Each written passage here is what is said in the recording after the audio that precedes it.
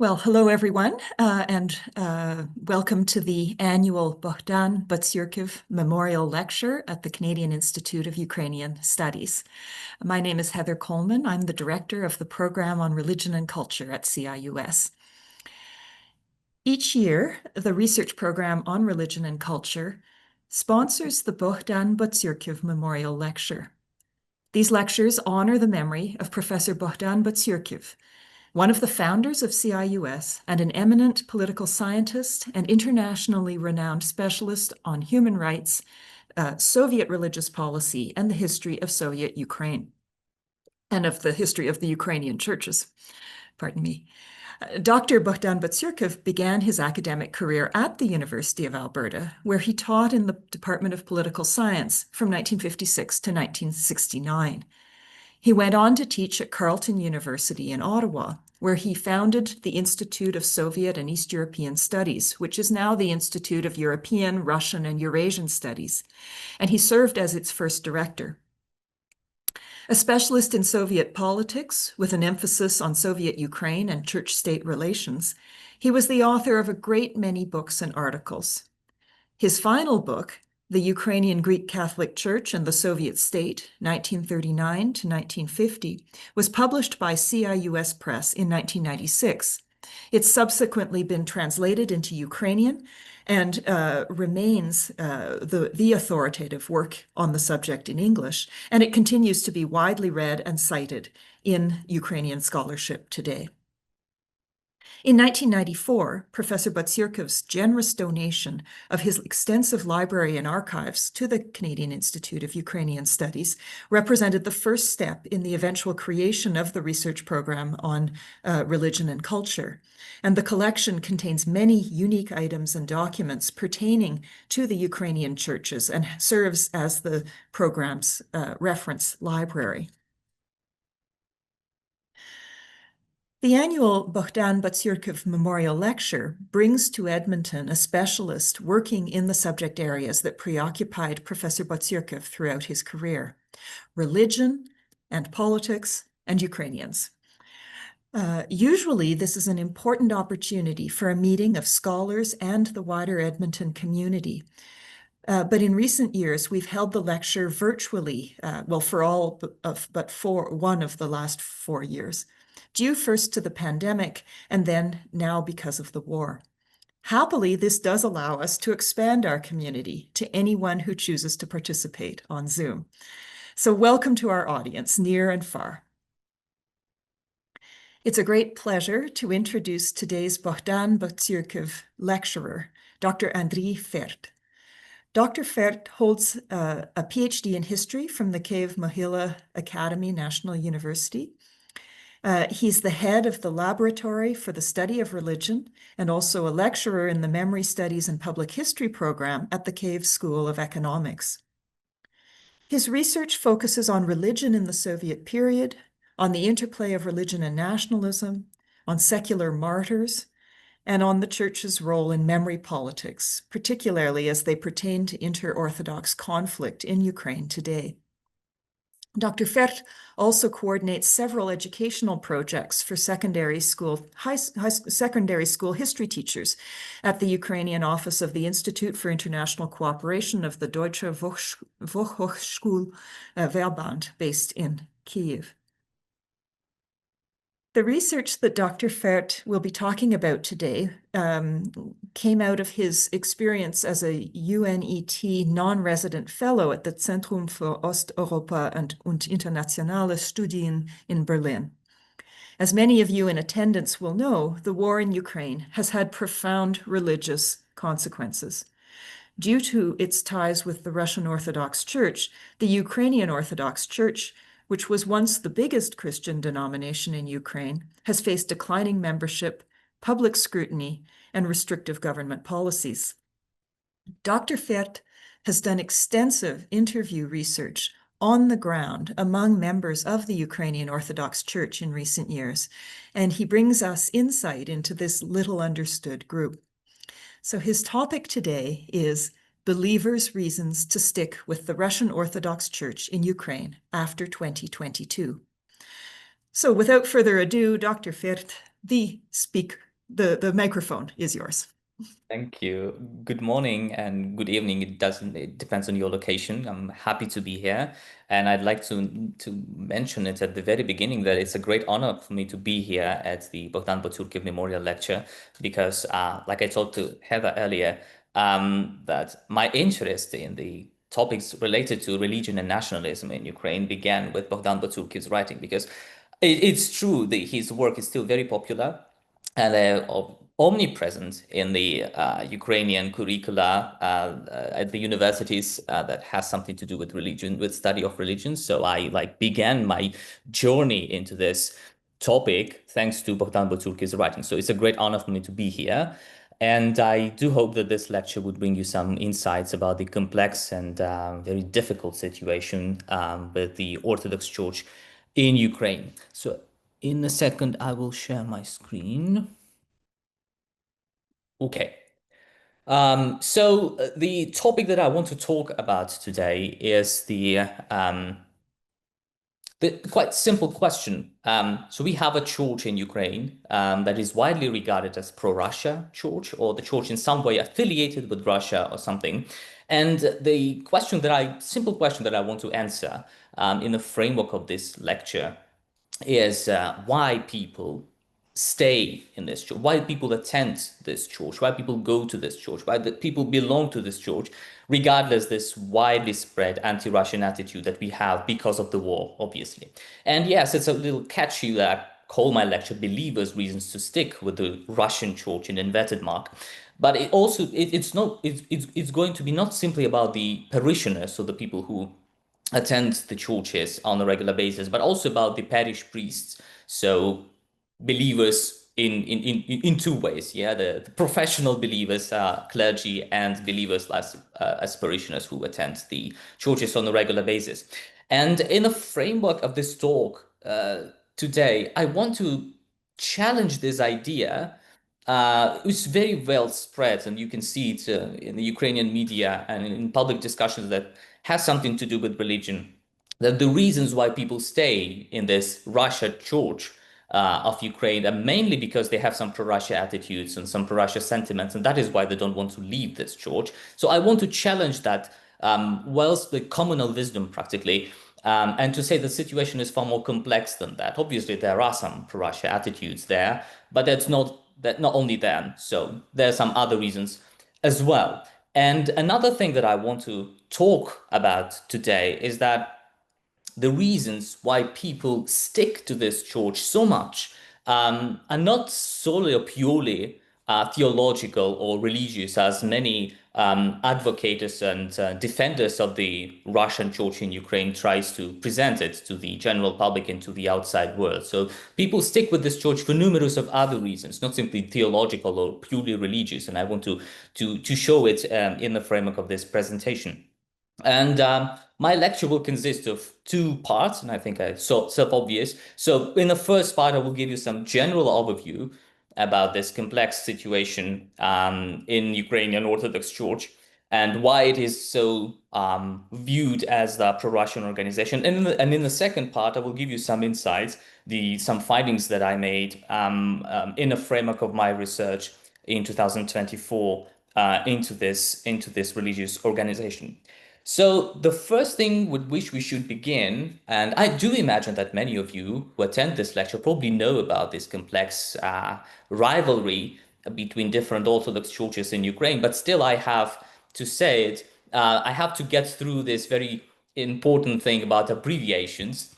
And recently I had a course with my students at Kyiv School of Economics, and I had to explain to them the namings and the meanings of different abbreviations that we have when it comes to talk about the Orthodox churches in Ukraine. And so the list of all the abbreviations that we use of all the churches that existed in Ukraine, Orthodox churches that existed in Ukraine since early 20th century, it practically took me the whole slides to list all of those abbreviations. It was very hard to get through all of them and to explain what each of this abbreviation actually mean. But nevertheless, for this particular talk tonight, it's in Kyiv, today in Canada, we need only two abbreviations to keep in mind.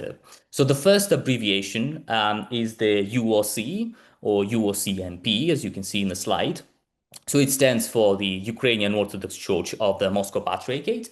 So effectively, this is the religious organization that was practically founded in 1990, in the late years of the Soviet Union. And it used to be the part of the Moscow Patriarchate, the Russian Orthodox Church. So it was like a local branch, Ukrainian branch of the Russian Orthodox Church, which was founded in the 90s. And another abbreviation we have to keep in mind tonight and today is that OCU, or Orthodox Church of Ukraine. So you see that it's practically the same, but Orthodox Church of Ukraine has nothing to do with Russia and Russian Orthodox Church.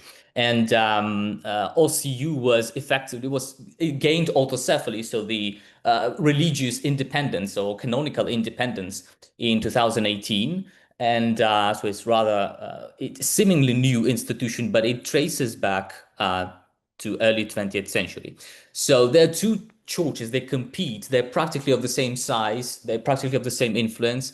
But as you can imagine, in the time of war of Russia against Ukraine, UOC, so the church that was affiliated with Russia and Russian church, is not very much welcome in Ukraine. And another thing that we had to understand at this point is the thing which is called transfer. And the transfer is the process in a framework of which a parish community, so the smallest part of a church, transfer from one religious jurisdiction to another. So thanks to the legislation that was introduced in 2018 and 2019, if I'm not mistaken, in Ukraine, a parish community, if it wants so, can change affiliation. And practically, well, in majority of the cases, the change of affiliation, so these transfers occur. So parishes typically leave UOC and join OCU. And we're going to be talking a lot about these transfers in the framework of this, because this really influences the way why people stay, why people leave the UOC. So two main abbreviations and the very important thing of transfer. So parish community can leave one jurisdiction and join another jurisdiction, and it's called transfer. So a few words about the UOC. So like I said, it was in legal sense founded in 1990, and it is a self-governed part of the Russian Orthodox Church, which means that they have their own ruling body, which called Kiev Metropolitan. So they have their own Holy Synod, so they're like a cabinet of ministers or something. And they have their own council of bishops that decided on everything. And the actual influence of the Moscow Patriarch on the decision-making process was very much limited and was rather symbolic. So in a way, I know that's a very strange comparison, but in a way, Moscow Patriarch was like an English queen, and the UOC was like a Canada in the British Commonwealth. So, but obviously there were many pro-Russia bishops, and who held Moscow Patriarch in high esteem, and so they listened to them, to Moscow Patriarch, and did as he said, etc. But formally, in institutional sense, this UOC, even though they were subordinated to Moscow symbolically, they were practically independent in all the matters that they want. So they could canonize their own saints, held their own councils, establish their own holidays and feast days, and etc. As you can imagine, when the full-fledged invasion began in 2022, even the symbolic link that they had to the Russian church was, well, highly criticized, and not simply by the politicians or by the active members of the civil society, but also by many priests inside of this church, by many active parishioners of this church, who saw it impossible to share one room, one church with a guy who blessed the Russian invasion and supported Putin. So 3 years ago, 3 years and 2 days ago, exactly, the UOC held a council, and at this council they proclaimed, as they call it, independence from the Russian Orthodox Church. And as you see in the slide, I said no longer with question mark, because this independence that they pronounced in 2022 at this council, it was like very strange independence, because according to the Orthodox canons, they should have proclaimed a very specific thing, and that specific thing called autocephaly. And autocephaly alone means that they're truly independent from the Russian Orthodox Church. But they didn't proclaim autocephaly. They used this secular language, independence, because they were afraid, obviously, that there might be some consequences for them, and that they won't be recognized by anyone else in the Orthodox world as canonically autocephalous. So that is why they pronounce independent. But this gave the Ukrainian state and many critics of this church the pretext to say that this church is still part of the Russian Orthodox Church. So they didn't proclaim autocephaly. It means they technically part of the Russian Church. It means they're a pro-Russia organization, and it means that they need to be banned. So the logic goes like this. And as a result, this church is represented widely as pro-Russia organization. And even so, the church leaders very poorly communicate with the outside world to explain the reasons behind why they proclaimed not autocephaly, but something else, this independence, whatever it means. So they never try to clearly articulate what this independence means and how independent they really are from the Moscow Patriarchate and from the Russian Church. And the thing is also, which is important about this UOC, it's very unpopular. I mean, the sociological surveys that have been held every year, and they shows that the people who openly affiliate with this church is declining and declining and declining. But at the same time, we have still in Ukraine practically 10,000 parishes of this church that are spread across Ukraine. And it makes this church one of the biggest religious organizations in terms of active participants, in terms of active parishioners, in terms of active clergy, in terms of active monasteries. So even though it's unpopular, still the number of religious practitioners who affiliate with this church is really high. Which means the question of this church and how to handle this church and how to what sort of state policy there should be with regard to this church are very crucial and very, very visible in the Ukrainian public debates. And recently, as probably some of you know, the Ukrainian parliament introduced new legislation that allows to disband and ban religious organizations that if they have some links to Russia. And last week, this legislation finally came into force, and the specific institution that we have in Ukraine, the governmental institution, began the official investigation if the ruling bodies of the UOC really has some links to Russia or not. And should they find these links, and it goes without saying probably that they would find some links, they will find some links to Russia, they would have the legal instrument to ban this church. So this church is, as I said, is regarded as pro-Russia organization. It's very unpopular, but it's still big in terms of this active parishioners, this active religious practitioners. But it faces practically imminent ban by the Ukrainian authorities in the near future, and who knows how the situation will unfold. Now, another thing that we should say about these transfers, and the transfers, as I said, so the idea is very simple.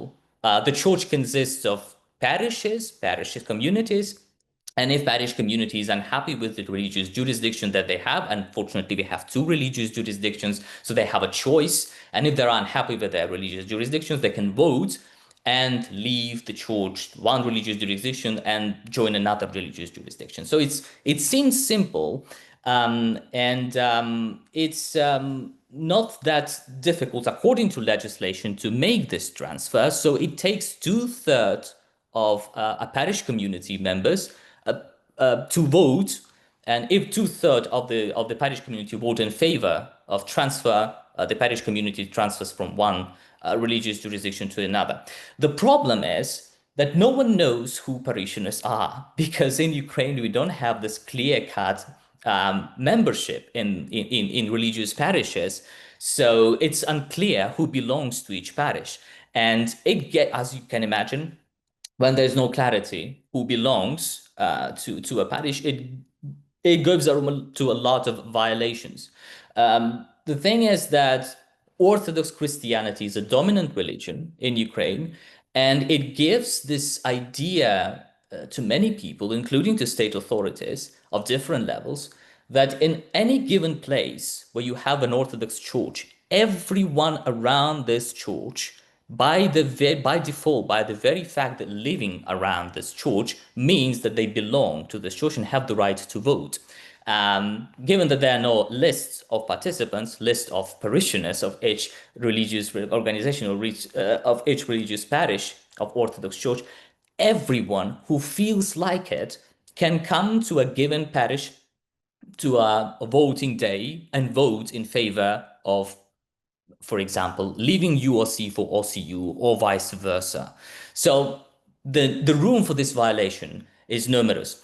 At the same time, and there's no way at the moment how to solve this problem. Yeah, many priests try to compile lists of parishioners who belong to their parish, whom they recognize. But then the question arises how to properly register them with state authorities, because there are no clearly defined mechanism how to do that. It leads to violations. And for example, in the slide, you could see a photograph. It was a transfer of the UOC parish community to OCU in 2024 in a small town near Kyiv. And as you can see, the people who came to vote, they sit outside of the church and they vote not inside of the church building. So everyone who feel like the members of this church, they came and they voted, and effectively they transferred the church from the UOC to OCU. I'm not saying that this is wrong or this is right. I'm simply saying that there is no clearly defined membership in the church. So practically everyone can vote. Even I can go and vote somewhere because sometimes I feel like I'm Orthodox. So it's okay from the perspective of state authorities if I do this. Another thing that we should say about the problem of transfers is that there's a lot of problems with the legal issues, the issues that has something to do with the ownership of buildings or land plots on which these buildings are built. Because in many instances, religious communities, the Orthodox religious communities, they use buildings for the communal prayers that they don't have in their ownership. So they rent it from the state, from local authorities, or from some private business, etc.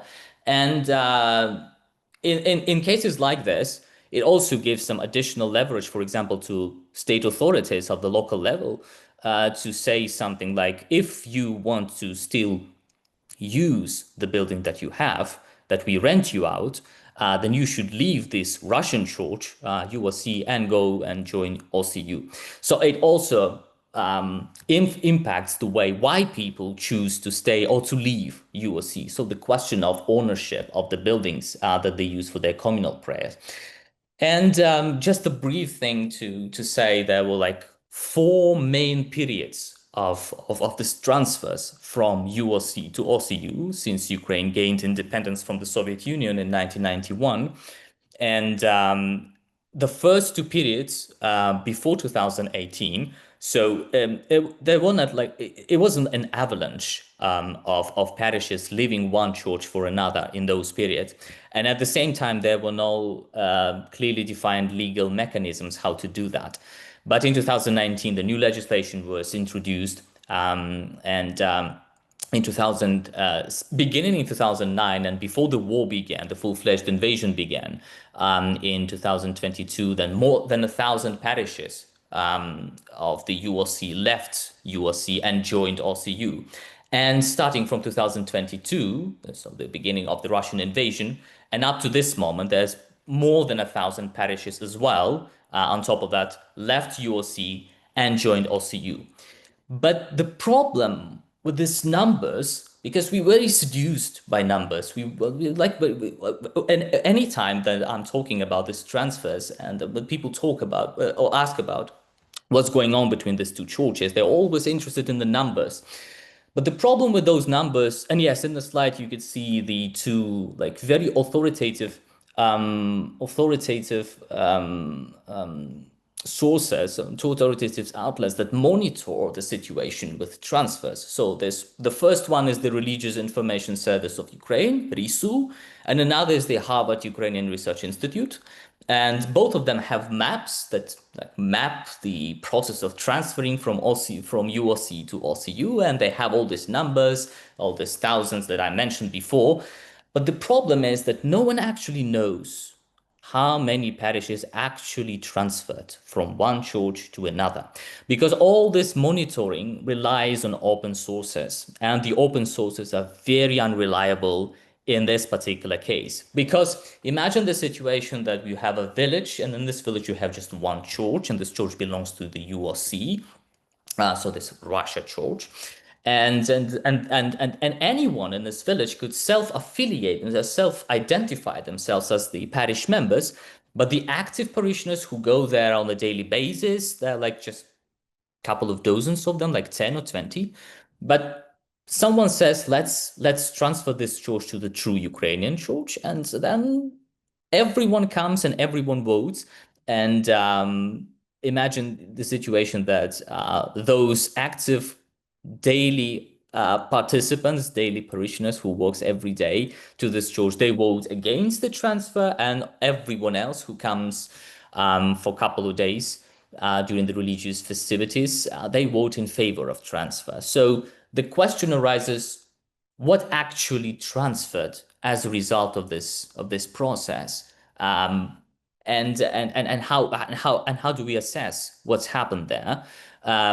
Because the active parishioners who goes there and their priests, they voted against transfer, and other people voted in favor of transfer. So is this a transfer or not? So both resources, RISU and Harvard, it doesn't ask this question. So they simply put onto their map every news, every entry about the transfer without getting to the details. And even more, not only this do resources doesn't know the real numbers and how many real parishes really transferred from one jurisdiction to another, but also the State Service for Ethnopolitics and Freedom of Conscience, so the governmental institution that is responsible for monitoring the religious affair, they doesn't know it either. So they have also relied on the registration documents, and the registration documents are also unreliable because when in a situation where there's no clearly defined membership, there's some people could vote to transfer and it could be properly registered, but it means nothing because, in fact, the active parishioners, for example, decided not to transfer. So the situation is very complex. And what I'm trying to say is that don't be seduced by the numbers who says how many parishes transfer, because no one knows, and myself included, how many parishes are there that really transferred from one jurisdiction to another, from one church to another, because there's no real monitoring of this situation, and no one actually goes, because it requires to go to each of these places, to each of these cases, and study them in depth to understand what actually happened, because there are lots of disputes, lots of arguments, lots of violence, etc., between different parties and adherents of different approaches. So it's hard to assess really how many of them really transferred and how many of them stayed. I'm telling you this because in my study, I didn't try to verify whether the transfers were real and how real they were to corroborate something or to refute it. It didn't matter to me, and I didn't have the capacity to do that. But it's important to note that this violations, this lack of clarity, and the violations that results out of this lack of clarity influences so much the attitudes that people inside of the UOC have towards the other church, toward this OCU, and towards the idea that they should leave their church, their Russian church, and to affiliate to some another church. So this lack of clarity shapes their attitudes, and it's very important to mention them at this point because we will hear lots about that afterwards in my observation in the findings that I made in 2024. Another thing which we should cover at this point is how this transfers from one religious jurisdiction to another religious jurisdiction are represented in the Ukrainian public space. And the thing is that everyone who are in favor of transfer, in favor of transferring of parishes transferring from this Russian church to OCU, they represent this process, that they began to represent this process increasingly after the Russian full-fledged invasion as one of the aspects of decolonization, as one of the aspects of getting away with the Russian influence, of the Russian dominance of Ukraine in Ukraine. So this is the quotation, which is very telling, and it's emblematic, and it's from one of the most popular Ukrainian cultural resources called Ukraїner. I'm pretty sure some of you know it.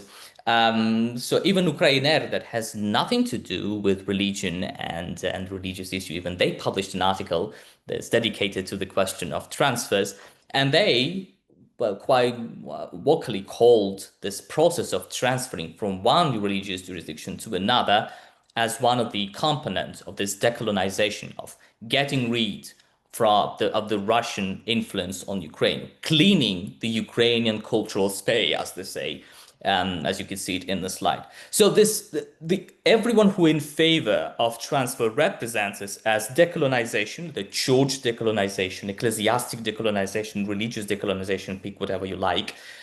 They also represent it as making church more Ukrainian. So the very fact that your parish community leaves this UOC or UOCMP behind means it becomes more Ukrainian. And obviously, everyone from activists, from civil society, and to the state institution encourages this sort of behavior. So this behavior, so the transferring, leaving the UOC behind, is represented as socially desirable, as something that every parishioner, every priest should strive for. It's just a good thing to do. And it's a bad thing to do to remain in this UOC MP or just UOC. So the thing is that it's very much encouraged. And with the many parishioners I spoke with, or many priests I spoke with in the framework of my study, all of them said that they always feel the presence of this public pressure that they should leave their church, that they should leave their religious jurisdiction because it is regarded as pro-Russia, bad, etc. So they should leave and transfer to another religious jurisdiction. On the other hand, and this presentation will later be distributed, so you could watch this film afterwards because it's an open access, and there's 2 links in the slide you can check afterwards. So the representation of transfers by the UOC itself, by the priests, by the talking heads inside of this church, is also very interesting. And this film that you could see in the slides, it's called Anatomia Raskola, or Anatomy of Schism. It was produced in early 2000s by this church. And the funny thing, and that all those things that they say, this film is about why it's bad to leave UOC and why all other churches that there are in Ukraine are schismatics and heretics, and you shouldn't join them. So it's the film that's like an apology of UOC, why UOC is the church that you should stick with. And all those narratives that they presented in this film, well, many of my interviewees in 2024 echoed them, well, very much. So I could say that many of those narratives are still popular and in use. So basically what this film tells you about other churches and why it's better to join them, it's because other churches in Ukraine, except UOC, obviously, they all talk about politics. They're always interested in everything but God, only in politics. So there's political organizations, not churches. So that is why we should not join them. Another thing is that all those churches are very much concerned with nationalism. Nationalism is something very bad because, as you know, probably in Christianity, we should always think about God and not about the national differences. And other Ukrainian churches, except UOC, always talking about nationalism, and because of it, it's bad, and we should not have something to do with them. Another very, very interesting thing that I was surprised that it was in this film, and many people in UOC, when I talked to them about the reasons why they are still in UOC, they practically said the same thing in the same wording, is that other churches don't have real parishioners, real people who go there on a daily basis. So there's this phrase from this film, their churches stood empty. And many parishioners, when they described why they don't want to leave UOC and join OCU, told me practically the same thing, that because OCU temples, OCU churches stand empty. No one wants to go there. The real Christians don't go there. So it's just a funny thing for you that many of those narratives I'm going to tell you about later in my presentation, actually you can easily find in the film, in the film that was produced by the UOC in early 2000s. So the funny thing that many reasons that are described in this film about the why you shouldn't leave UOC are still there in play in contemporary church. And another thing before we move on is this fantastic priest from Sumy Diocese of UOC, Father Georgi Taraban. In early 2022, he wrote a short column for Public Orthodoxy. So it's a Fordham University project exploring the Orthodox world. And so he wrote a little commentary about why the priest inside the UOC doesn't want to go and to leave their religious jurisdiction and join OCU. And the funny thing about the reasons that he gave, and I wanted just to check them in the summary of them in the slide. Now, the four of them, none of them has anything to do with some religious or theological reasons. Okay. So it's rather psychological or practical reasons that he listed. Why priests and believers doesn't want to leave UOC and join OCU. So it's very psychological thing. Like OCU represents this whole process as transfers instead of unification. So it's psychologically difficult to transfer. It means that you need to leave something that belongs to you behind and join something else instead of unification. Or that OCU have aggressive radicals that violently take over the churches that belongs to UOC. Or that OCU has some negative rhetoric, or that OCU has some idea that all UOC priests have this collective responsibility for bringing about Russian influence in Ukraine or something. So all these are very psychological and practical reasons that he listed. There was nothing like he said, OCU is not real church, OCU is not true church, and that is why we don't want to join it. And many of these reasons that Father Taraban listed in 2022 publicly, I heard many times in my interviews with the UOC priests and parishioners in 2024. So, but one thing that I want to draw your attention that religious arguments are not there. So it's not about that OCU is not true church. There's no Christ in this church. There's no God's grace in this church. No, it's very practical and very psychological things.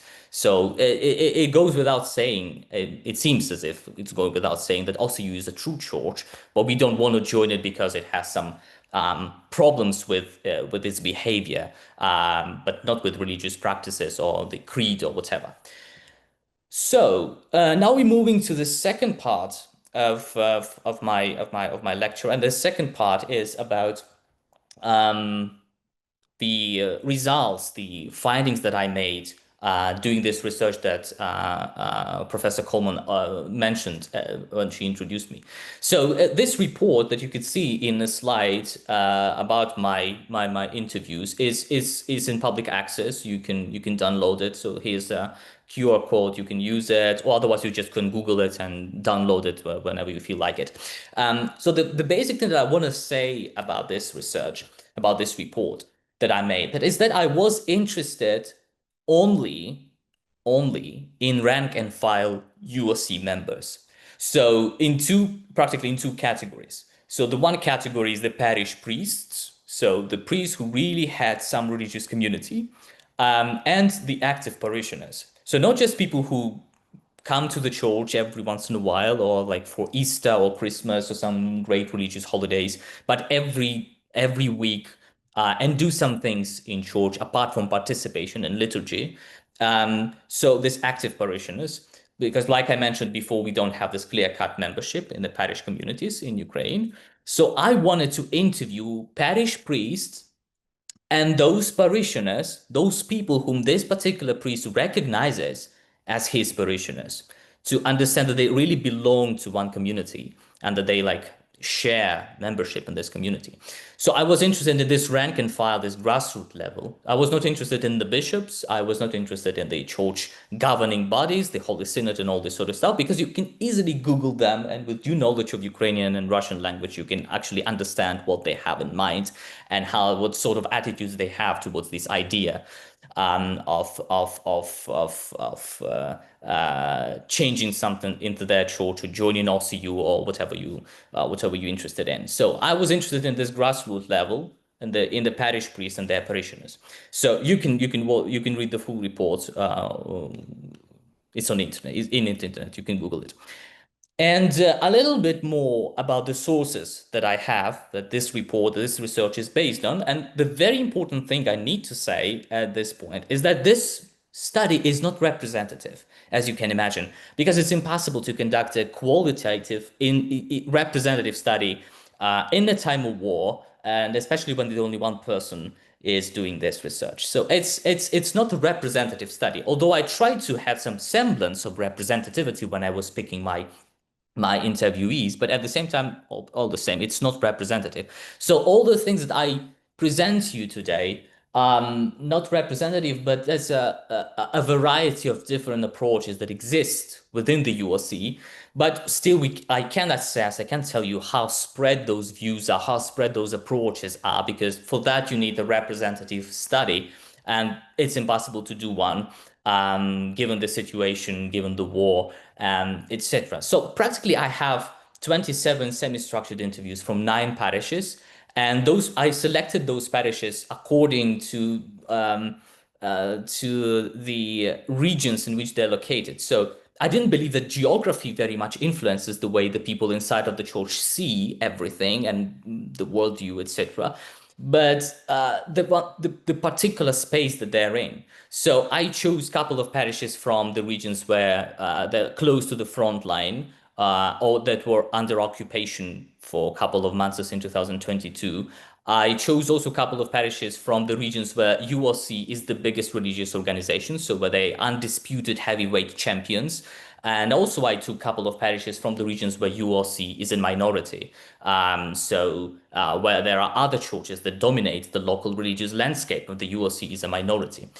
And also, I need to explain this tiny little thing about the unrecorded conversation that I mentioned in the slide, because in many instances, there was something like the people whom I wanted to interview, they said that I didn't want to be interviewed. They can talk with me. Sometimes I was allowed to make some notes, etc. But please don't record that. Please do this over the phone. I don't want to meet you. And the thing is, they didn't say anything that was like, well, they could put them into jeopardy or whatever, but they feel very uncomfortable of talking or of opening up or talking with me or with some stranger who didn't belong to their church. And I did this. So I selected these parishes and these interviewees using this snowball sampling approaches. So I asked a friend of a friend of a friend to recommend me something, and the snowball gave me some results. And also, these interviews were collected in 2024. So before this new legislation actually came into force, so this legislation that allows to disband the religious communities that has some links to Russia. But obviously this legislation was always in the background, so people were always conscious that this bill is being debated at the parliament, that at any time it could be voted in and could be approved by the parliament and signed by the president. So we had this in our conversation, in our interviews, this fear of the upcoming imminent ban of their religious organization. So they were conscious of this, even though the legislation wasn't there at the time when I collected interview. And the last thing, very important thing, which really it's a great bias that I have in this study, is the question about the pro-Russia people in this church. Because whenever somebody whom I interviewed tell me something that we have pro-Russia people in our church, and I said, "Oh, wonderful! Please, can you tell me where these people are? I just want to talk with them." And I was like, they indicated those people, and I approached those people. And obviously, in every case, those pro-Russia people who were represented by their fellow parishioners as pro-Russia, they obviously always turned down my request to do some interview with them. So I don't have any people with pro-Russia views in my study, because no one want to be interviewed of them. And obviously, it's rather I can understand them, because it's rather unsafe to express your the views that are criminally offensive in Ukraine in a time of war. So probably they were not very happy and didn't feel very much comfortable to talk about their controversial views with some outsiders. So I don't have the first-hand experience of interviewing pro-Russia people who were represented as pro-Russia that belongs to the UOC. And it's a great bias that I can do nothing about. But I have different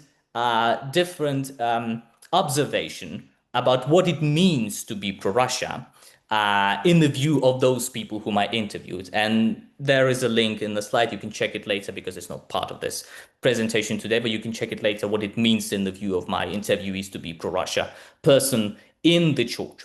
So the first thing about the first reason, very much important, that really halted the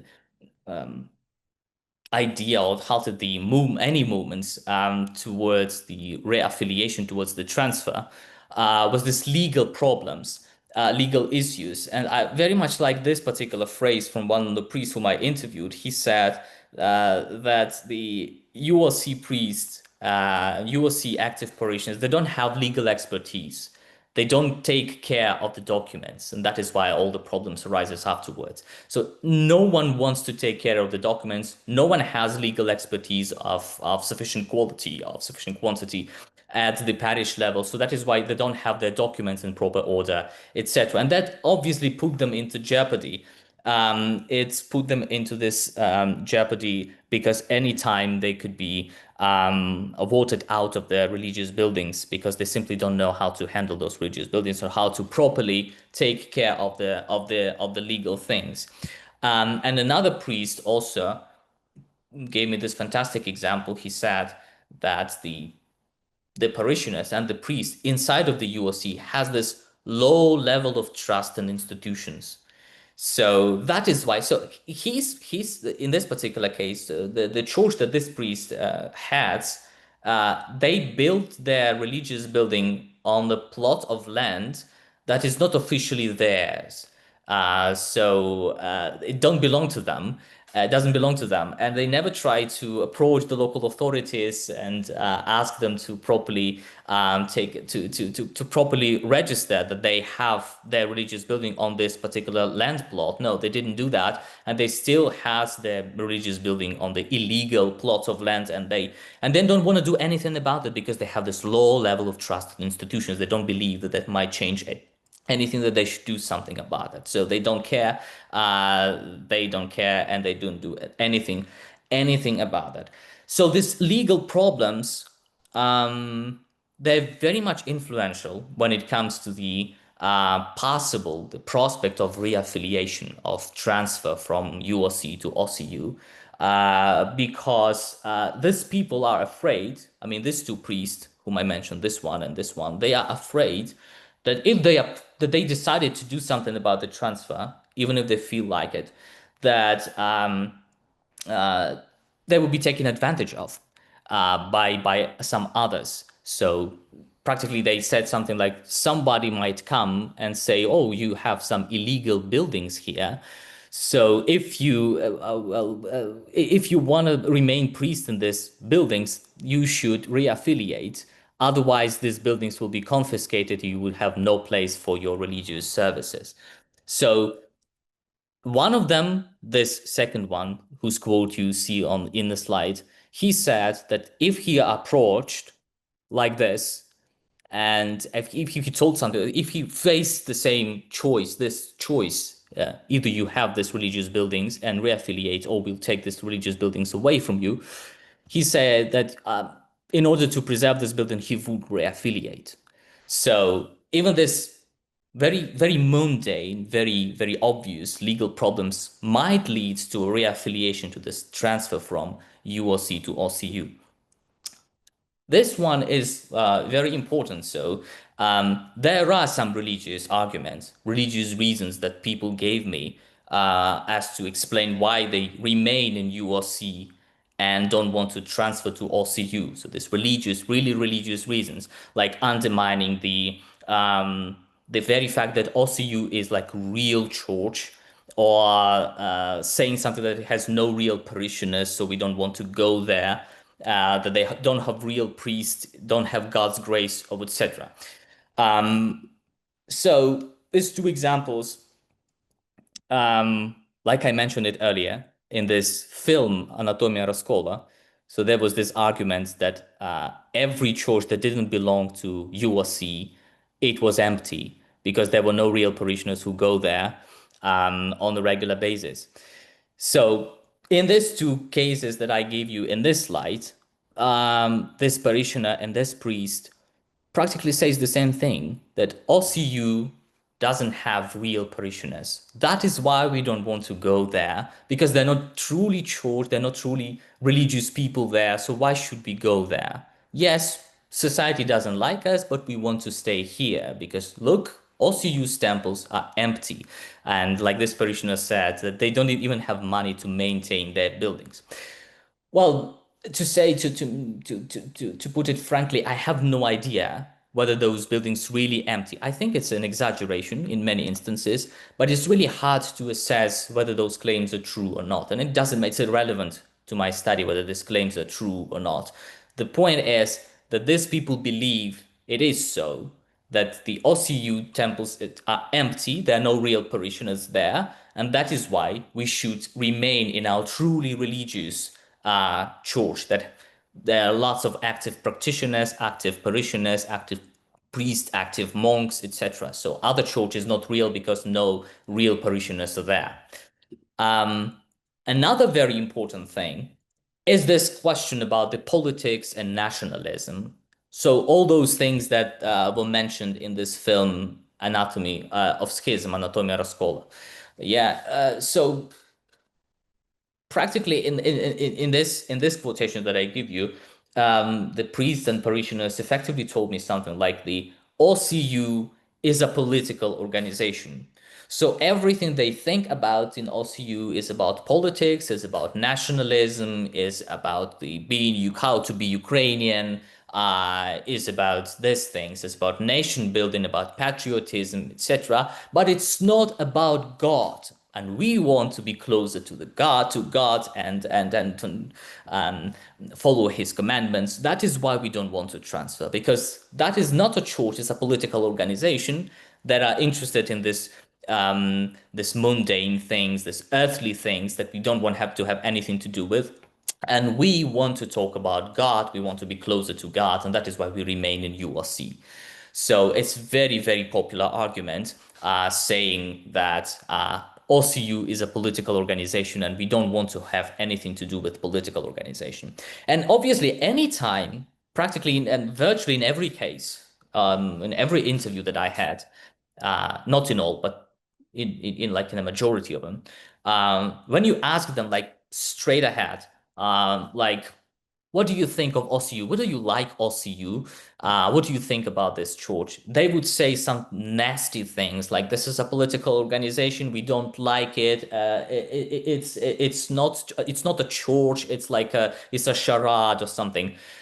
But when you later on return to this question, but indirectly, and ask them something like, imagine that you're in a city and there is no other churches but OCU, and you have to take a communion and go for confession, would you go to OCU church? And many of those people who said that it's a not true church, it's a political organization and all this sort of stuff, they said something, oh, well, yes, probably yes, because it's important to have communion, and probably yes, they have the same rights, they have the correctly dressed and correctly looking priests, so probably we would go and have communion in that OCU church, which earlier on in our conversation was not true church at all. And in this first quotation in the slide that you see now, there's this woman, one parishioner. So she began, early in our conversation, she said that OCU distort the faith. It's a political organization. But in the second half of our conversation, when we return to this question a little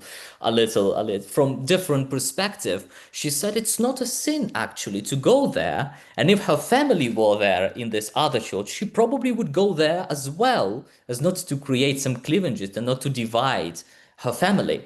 So you see this attitudes, even though people say you straight away that the OSU is not a real church, it's a political organization. Even so, when you approach them from some different perspectives, many of them can see that probably it's not real, probably it's not that bad, probably we could go there, probably we could have a communion there, etc. And another thing very important to mention, and I think it's self-obvious, but at the same time, sometimes when we have this public debates in Ukraine about the UOC, it seems that this question is not obvious at all, is that people in many instances are attached not to this particular religious community because it's UOC or OCU or something else, but because they're attached to this very community, to this specific place, to the way the choir sing, to the way the priests sing, to the way everything works there. So it has nothing to, so practically the question whether it's UOC or OCU to this category of people is irrelevant in some sense. So it's of more value, of more importance is the particular specific community of people there, or specific place or specific holy place that they feel attachment to. And it doesn't matter whether it's UOC or OCU. So there was one parishioner, it's the first quotation in the slide. Throughout our interview, he was very critical about the UOC leadership. So Metropolitan Onufri, so the head of the UOC, he is a terrible, he's bad in from the management perspective. He is very bad in terms of communication, and all these bishops, then many of them are pro-Russia, all this sort of stuff. And then when I asked him, so why don't you transfer? Why don't you leave this church that you criticize it so heavily and join another one? He said this, why would I go to another church? This is my church. Why would I go to another one? Чого я буду бігати до іншої in Ukrainian? Yeah. So even though he was very critical of the leadership, very critical of the bishops and other priests, he still feel attachment to this church. He feel that this is his church and he doesn't want to leave it. And another parishioner gave me one brilliant summary of this feeling. So he practically said that it's important. What important to him personally was this parish community to which he belongs. It doesn't matter what the name of the church leader is, because those church leaders would never know the name of the members of this parish. So the parish is first, and whether it's UOC or OCU is second. So he said to me that if his parish decides to reaffiliate, he would go for it because he doesn't care. The bottom line for him was that the community remains and the religious jurisdiction is of secondary importance. So practically in the narratives like this, it seems to me that, again, this question about the religious validity of some other church is irrelevant. Yeah, so this parishioner essentially saying that OCU is also a true church, just like UOC. So it doesn't matter which jurisdiction we belongs to. The idea is that we belong to this community, that we preserve the community that we have, and it doesn't matter what jurisdiction it belongs to. And I also very much like this woman. She lives like not far away from the front line, and she belongs to the UOC church. She's singing a choir in this UOC church, so she is not like just occasional visitor. So she's like a very important member of this community. But at the same time, when we were doing an interview with her, she constantly referred to her church, to UOC, as Russian church. And she called OCU, so the rival church, she called Ukrainian church. And at some point, she said that we all will eventually transfer to OCU because це наше, it's ours. So and she would have loved to go there herself and, you know, to become member of OCU instead of UOC. But she couldn't do that because the place where she lives has only one church, and that church belongs to OCU, and the closest UOC, and the closest OCU church is very far away, and she's old and she can go there, but she really would like to. But in the meantime, while she can do that, she takes active part in the life of the UOC parish community, even though she calls UOC Russian church and criticizes it heavily. So you see, she has she criticizes UOC very much. She calls it Russian church, and still she belongs to this church all the same. She doesn't, because the closest OCU church is far away. So even this very trivial reasons influences the way this woman shapes her attitude and her behavior. And the last thing, I think very important, because it was also practically in many interviews that I made, is this feeling of resentment that people are very unhappy with OCU, and particularly they're unhappy because of these violations during the transfers. So like I said earlier, there's no clear-cut membership, so it leads to numerous violations. And obviously many of these violations result in like real violence, when people fight, when people scramble with each other, when people mutilate each other for religious buildings during the vote, or etc. So these videos are numerous, and the church UOC media, UOC channels, you know, they take advantage of this. So they instrumentalize this to reinforce this idea that, well, look what other church is doing, look what sort of Christians they are, so we don't want to have anything to do with them. And resentment, when people see images like this, when people see videos like this, when they heard something like this from their friends or their relatives, is very powerful. And many people told me in my interviews that they don't want to go to OCU because of this violence that OCU supports and refuses to condemn.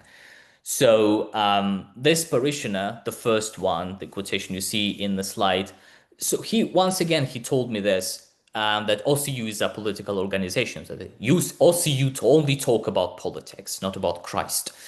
But at the same time, he considered that he understands those who transferred there because of some convictions.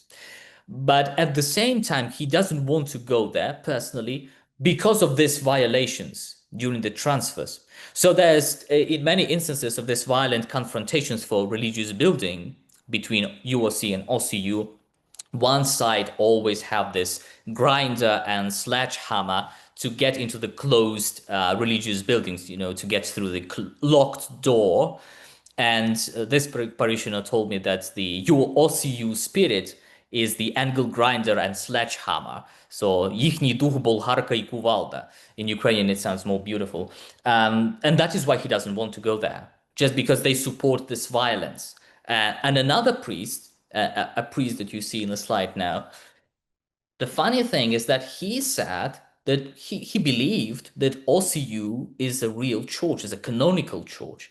And he went as far as to say that from in the church after the service to his parishioners. So he said to them that OCU also valid, like legitimate Christian church as well. So if they want to transfer there, he would go with them.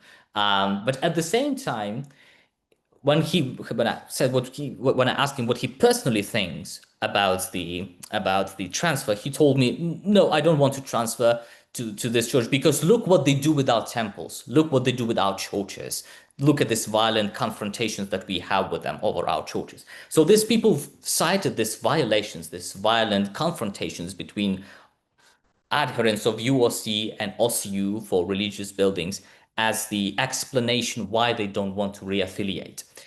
And another very psychological thing, and I think in that column for public orthodoxy from Father Taraban, which I mentioned earlier in my presentation, he mentioned practically the same thing, that there is this well-spread attitude, well-spread idea, very well-spread thought among the UOC priests and parishioners that no one expects them, no one waits for them inside of the UOC, that they believe that in UOC, everyone thinks that also UOC, everyone in UOC like some pro-Russia people with pro-Russia sentiments, and that they're Moskovsky popy, Moscow priest or whatever. So no one waits for them there.